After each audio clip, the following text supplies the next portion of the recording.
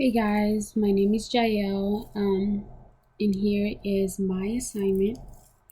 So, back in my freshman year of college, in my English course, we read a book called Just Mercy by Brian Stevenson.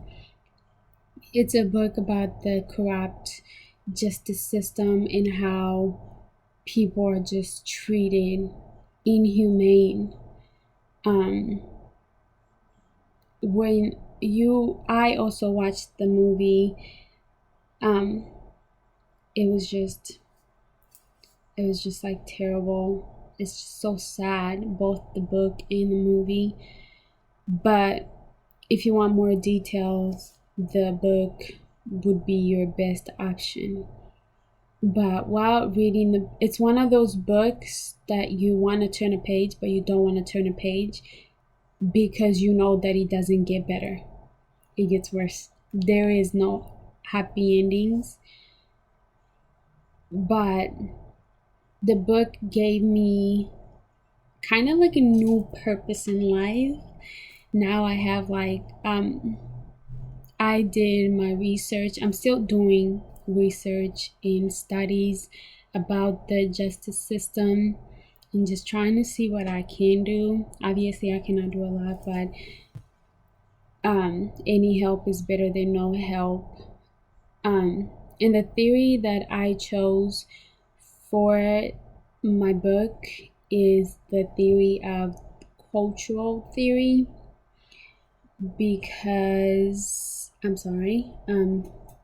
because it gives an individual an understanding of the social world we live in, um, and also because it's defined as the effect that's obtained by the media and audiences as they interact into a cultural.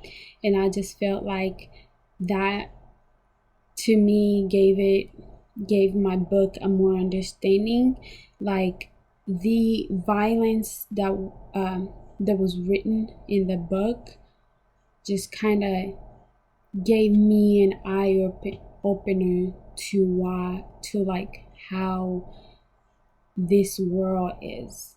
You know what I mean? Like, it's an actual thing that happens. It's not just a book that was written for fun. No, it's an actual thing. You know, there are people who are just like effed over because they committed a small crime, like picking up a flower or something. Um, I'm sorry, I'm not making sense right now, but what I mean to say is everything that was written in that book gave me a reason to want to do more, to want to research, to want to know more about the justice system, to want to write letters to the people in prison or something. The book talks a lot about people on death row that shouldn't be there. The wrongfully convicted criminals, just a whole lot of that. The book gave me a reason, and that's why I am talking about it today, because it's an influential book to me. It influenced me in a whole lot of ways that I can never explain it. And the cultural theory, from my understanding, just felt like it fits more. It fits a whole lot of better in with the book, if that makes sense. But if it doesn't, I am going to upload the my outline as well, just because I know I'm not making a lot of sense. This is why I don't do this. For my friend, his name is Gavin. Um, he talked about a moment in his life when he was most influenced by something, and that moment was when he was younger and he went to watch a play that his sister was a part of. Before then, he really hated watching plays, like they were boring. Like, who doesn't think they're boring? But then after watching his sister perform and just how lovely the whole thing came together, he fell in love with it. And with that, I thought the attitude change theory fit best for it, because it's defined as people who receive new information from other people or from media through direct experience with the attitude object, and it forced him to behave in a different way. Now he can honestly sit down and just watch a play for fun or to go to sleep. Just the other day, we were watching Hamilton. It's an amazing musical, amazing, and he loved it, like he enjoyed it. So that his first experience with his sister's play gave him a new attitude towards musicals and plays. They weren't so bad after all, and that's why that moment was very inspirational to him. The question that I am answering is, what is the media's contribution to gender and racial stereotyping? The racial image that TV programs or movies, Hollywood in general, puts out there for entertainment can like shift anybody's views on understanding other people. I don't know if I said that right, but explaining that is okay.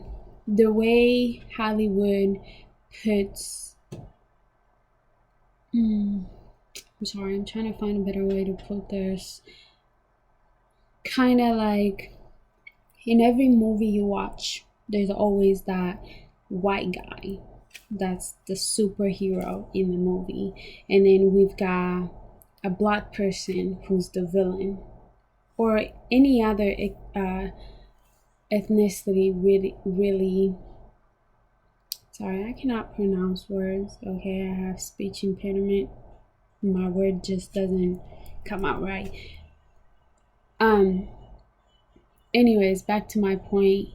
The way any movie, really, when you watch a movie, there's always that one white guy that stands out the most, and then you got the black guy that's gangster, or the Mexican guy that's in a gang, or the Chinese guy that's just in the kitchen, or the Mexican woman that's cleaning the kitchen. You know what I mean? There's always that one white guy that stands out the most, the superhero of it all. And I feel like that has a way of shifting anybody's point of views towards something totally different, especially younger viewers. A few years back, I was watching an old video, I don't know from where though. They put a bunch of kids together on a table, and they gave them two dolls, and one was black, the other one was white, and they asked them to choose which one looks the best, and almost all the kids chose the white baby doll. And I believe that one of the explanation, because they asked the kid, he said that the baby just looks nicer. And I don't feel like that's an image you need to put in anybody's head, especially someone as young as those kids. I feel like that's wrong. So the contribution that it does have on race is a lot. It's a lot. There are articles, newspapers, social media that degrades Black women in how the world views us. We're loud, we're ghetto, which we're not. So I think there's a lot of contribution to that. Um, but that that is all for today. Bye.